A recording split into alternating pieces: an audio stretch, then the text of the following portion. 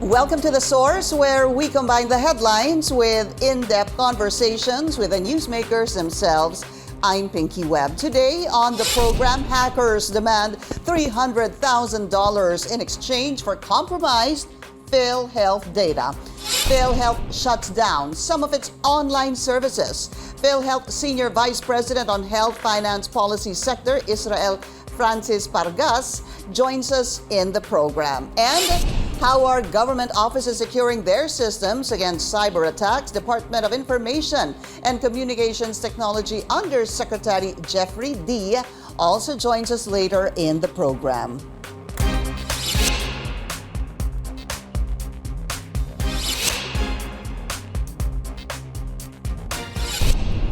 Hackers are demanding $300,000, roughly 16 to 17 million pesos from the government after the database of state insurer PhilHealth was hacked through a ransomware. Even if the government decides to pay, the Department of Information and Communications Technology, or DICT, says there is no assurance that hackers will fulfill its promises to allow PhilHealth to access the data again, and not leak the data and send the compromised database to the ICT. The department assures the public the data of PhilHealth members are safe, and what were compromised were some of the personal data of its employees. Let's go straight to the source of the story. We have PhilHealth Senior Vice President on Health Finance Policy Sector, Francis Pargas. Dr. Pargas, welcome to the source. Thank you so much for your time. Yes, good morning. Good morning, Pinky, and good morning to everyone. I just want to understand the situation more, sir. So this happened last Friday, and from my understanding, 72 workstations were, I guess the right word would be compromised or hacked. Could you explain this to us? When you say 72 workstations, does that mean that may nakitaan na 72 computers na hack? Ganun ho bang ibig sabihin nun, Dr. Pargas? Yes. Yes, Pinky, around 72 computers were actually affected by this incident.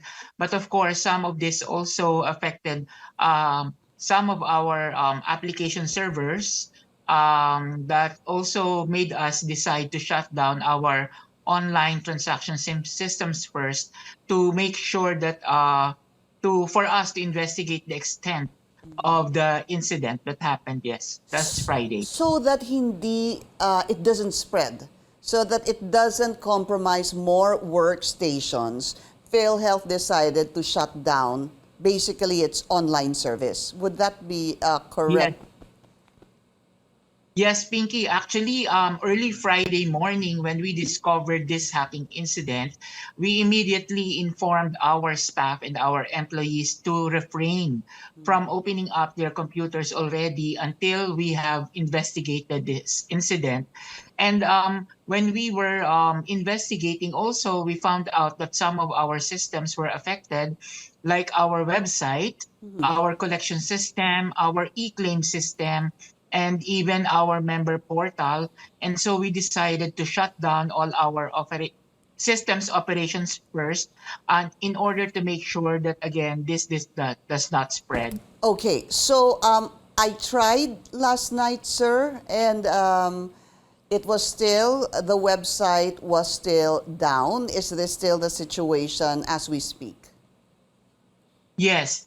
Still, we are testing the waters until now, but hopefully today or until tomorrow, some of our systems would be up and running.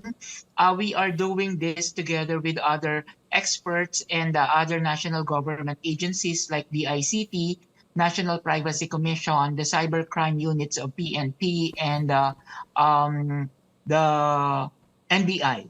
And when you say some systems will start running, hopefully today or tomorrow, which systems will these be? We are hoping that we can up already our website. We can up already our e-claim system.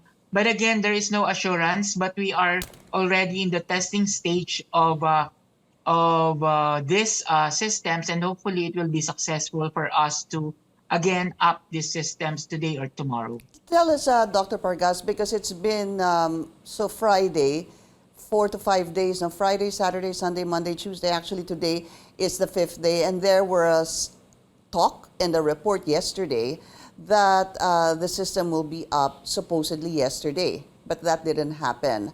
What is taking Yes. time? What seems to be the problem? Yes. We are investigating it.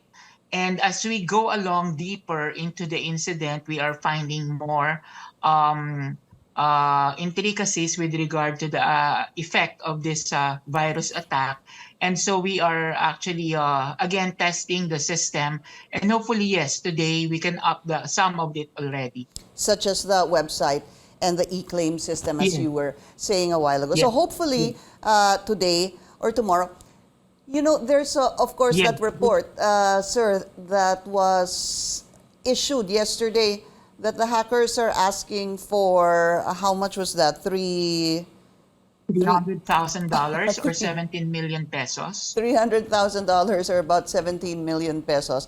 And if that happens, they commit to do two things. Basically, they will, number one, delete the data that they captured, and number two, they will give the key so that government can decrypt the data that they encrypted. Is this something that government is possibly willing to do, to just pay ransom so that once and for all this issue will be resolved? And if at all, can you be assured of this commitment?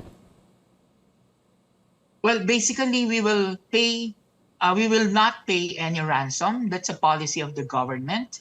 And second, Pinky, according to our initial investigation, there are no leaks with regard to personal information, or no medical information has been compromised. Um, that's a result of our initial investigation, but also we are still probing into it, again, together with our experts and other government agencies. But again, if this demand pursues, the government or PhilHealth is not going to pay. That's the question also I wanted to follow up on, Dr. Pargas, because it was the PhilHealth president also that I read, Emmanuel Ledesma Jr., if I'm not mistaken, who said that Yes. no Yes. personal or medical information has been compromised or leaked. How do you know this? We have our information technology management department. We have our information security department. And of course, we also are working and coordinating with other government agencies and experts. And upon initial probe po with our systems, nakita naman po that the databases are intact, and no encryptions were seen. So I see. again, this is a result of an initial investigation still. No encryption were seen. Sa Yes, Tagalog po, kasi ang ginagawa kasi ng ransomware, as they say, is yung mga data, ini-encrypt nila. So kung na-encrypt na nila, hindi mo na siya mabubuksan or magagamit unless magbayad ka ng I ransom see. para ma-decrypt. Got it. So, so sa ngayon naman po, sa pagtingin ng ating mga initial investigation ay wala naman pong data again na na-compromise. Opo, kasi wala pang na-encrypt. And tama ho ba, Dr. Pargas, to say that dahil na-access pa rin ho ang mga ito, that makes one conclude that the information on the patients or the members and their medical history has not been compromised because napapasok pa ho ng otoridad yung mga data na ito? Would that be correct, sir? Yes, we are still able to access. However, hindi pa natin ito ginagawang public because again, we are still testing Opo. if it is safe already, but we are already able to access most of this data. I'm sorry for if this is simplifying the question too much. Ano po, I'm not very techy, but does it mean that you have to look into all the members of PhilHealth to be able to determine that all the information and their medical records have not been hacked? Well, we have databases We have the collection databases, we have the claims database, we have our membership database, and so far, the integrity of those databases have been checked. And yun na nga, sa tingin po natin at the initial onset of checking ay wala naman po na compromise pa. Sa tingin po natin, of course, this is all preliminary, ano po. Okay, Yes, so yes. Opo. So, what happens now? There's been, of course, some cooperation, I believe, also with, obviously, certainly with the cybersecurity experts to look into how to proceed forward. What is PhilHealth doing as of now, together with other cybersecurity experts, to ensure that, number one, you can go back online, and number two, that a similar incident will not happen again? Yes, thank you for that. We are actually asking guidance from the experts on what controls we need to put into and what tools do we need to put into to make sure that this incident does not happen again. Actually, alam mo, Pinky, today we are also meeting with the National Privacy Commission because they will also start to investigate on what really happened. If there is on the side of PhilHealth a negligence or any pagkukulang on the side of PhilHealth, Opo. and we are now starting the investigation on that with the National Privacy Commission. Pag sinabi pong posibleng may pagkukulang ang PhilHealth, what do you mean by that? Could there possibly be? Well, they need to check if our security measures are intact, if we have enough again security measures placed or controls in place to make sure that attacks like this will Right. not happen. But of course, gaya po ng nasabi natin, we cannot predict that this actually can happen because it happens anywhere. Yeah. So yun po, titingnan po ng National Privacy Commission kung merong negligence on the side of the corporation or even amongst its employees. Or even its employees if there is negligence. Yes. So there needs to be obviously an internal investigation here. Of course, we all know naman, Dr. Pargas, ni ho ba, sinasabi nila hackers are always 1 or 2 steps ahead well, in the internet sphere, ano po, sa web, kumbaga. Pero kailangan pa rin ng masusing investigasyon dito. One last question, sir. What happens to those who need to avail of their PhilHealth benefits? Would this pose a problem, and has this posed a problem since Friday? We already came out with advisories and instructions to all our stakeholders. For example, for those members who would need to use their PhilHealth, again, they would be able to use and get all the PhilHealth benefits.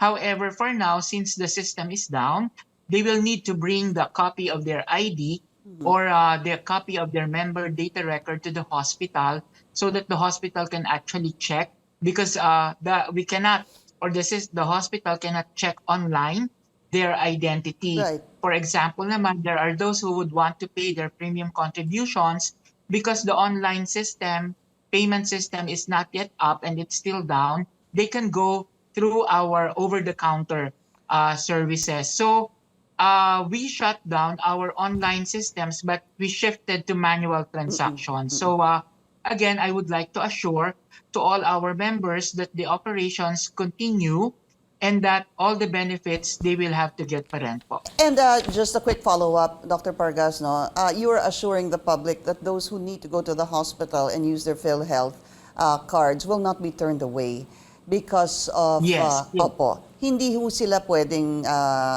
kailangan ho silang gamutin at magagamit po nila yung kanilang benepisyo sa PhilHealth. Yes po, and that's one thing that we can assure. We also have instructed our hospitals to make temporary arrangements with our members on how to proceed. Ganun din nga po, gaya na nabanggit ko, they will just have to bring their ID or copy of member data record to ensure na sila po ay member ng PhilHealth. And these documents should be enough for the hospital staff to accept these patients who need to undergo any health issue, no? Yes, Okay. yes, Pinky.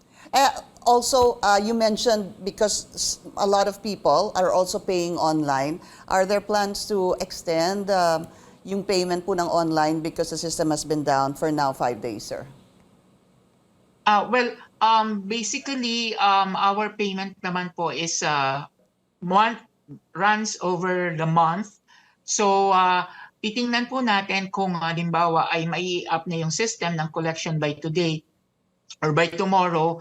And we will be planning ahead kung kailangan po nating mag-extend. Pagdating po dun sa claims filing, we already have extended the claims filing. So, yun pong inabutan nitong ating systems down ng 61st day of filing ay hindi po madi-deny because we already have extended up to September 30. All right, PhilHealth Senior Vice President on Health Finance Policy Sector, Israel Francis Pargas. Dr. Pargas, thank you so much for your time. Thank you, Ms. Pinky, and good morning to everyone. And coming up, the Department of Information and Communications Technology tells us more about the cyber attack in the PhilHealth system. Under Secretary Jeffrey D. joins us after the break. This is The Source on CNN Philippines. Please stay tuned.